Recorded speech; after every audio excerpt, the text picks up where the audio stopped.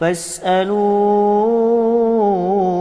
أهل الذكر إن كنتم لا تعلمون.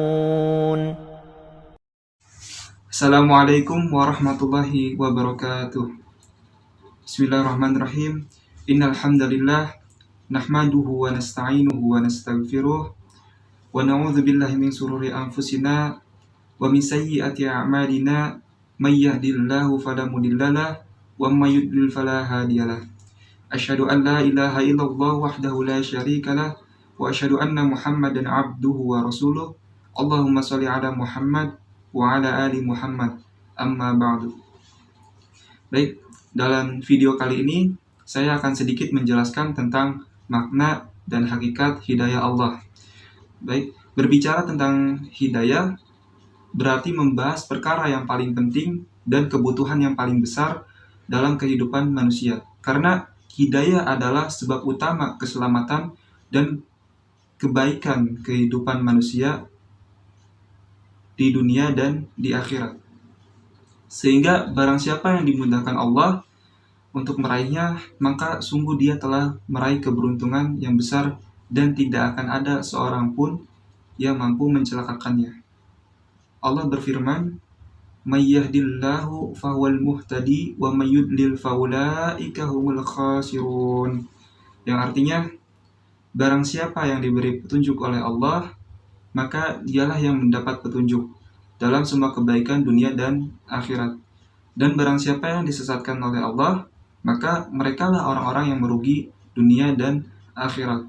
Quran Surat Al-A'raf ayat 178. Kemudian dalam ayat lain Allah berfirman, "May yahdillahu fahuwal muhtadi wa may yudlil falan tajida lahu waliyyan mursyida." Yang artinya, barang siapa yang diberi petunjuk oleh Allah, maka dialah yang mendapat petunjuk dalam semua kebaikan dunia dan akhirat.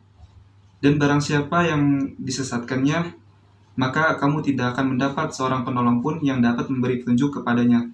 Quran Surat Al-Kahfi ayat 17. Kemudian, apa saja makna, hakikat, dan macam-macam hidayah? Hidayah secara bahasa berarti ar-rasyad, yaitu yang artinya adalah bimbingan.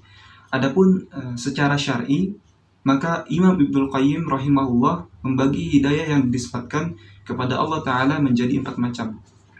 Nah, yang pertama adalah hidayah yang bersifat umum dan diberikannya kepada semua makhluk, sebagaimana yang tersebut dalam firman-Nya dalam Quran Surat Thaha ayat 50 yang artinya, Musa berkata, "Rabb kami, Allah Ta'ala, ialah Rabb yang telah memberikan kepada setiap makhluk bentuk kejadiannya, kemudian memberinya petunjuk." Maka inilah hidayah atau petunjuk yang Allah Ta'ala berikan kepada semua makhluk dalam hal yang berhubungan dengan kelangsungan dan kemaslahatan hidup mereka dalam urusan-urusan dunia, seperti melakukan hal yang bermanfaat dan menjauhi hal-hal yang membinasakan untuk kelangsungan hidup mereka. Kemudian yang kedua adalah hidayah yang berupa penjelasan dan keterangan tentang jalan yang baik dan jalan yang buruk, serta jalan keselamatan dan jalan kebinasaan. Hidayah ini tidak berarti melahirkan petunjuk Allah yang sempurna, karena ini hanya merupakan sebab atau syarat, tapi tidak mesti melahirkan hidayah Allah Ta'ala yang sempurna. Inilah makna firman Allah dalam Quran Surat Fussilat ayat 17 yang artinya, "Adapun kaum Samud, mereka telah kami beri petunjuk, tetapi mereka lebih menyukai kebutaan kesesatan daripada petunjuk." Maksudnya adalah, kami jelaskan dan tunjukkan kepada mereka jalan kebenaran, tapi mereka tidak mau mengikuti petunjuk. Hidayah inilah yang mampu dilakukan oleh manusia, yaitu dengan berdakwah dan menyeru manusia ke jalan Allah, serta menjelaskan kepada mereka jalan yang benar dan memperingatkan jalan yang salah. Akan tetapi, hidayah yang sempurna, yaitu taufik, hanya ada di tangan Allah Ta'ala. Meskipun tentu saja hidayah ini merupakan sebab besar untuk membuka hati manusia agar mau mengikuti petunjuk Allah Ta'ala dengan taufiknya. Allah Ta'ala berfirman tentang Rasulnya, wa innaka latahdi ila siratim mustaqim, yang artinya sesungguhnya engkau wahai Rasulullah SAW benar-benar memberi petunjuk atau penjelasan dan bimbingan kepada jalan yang lurus. Quran surat Asy-Syura ayat 52.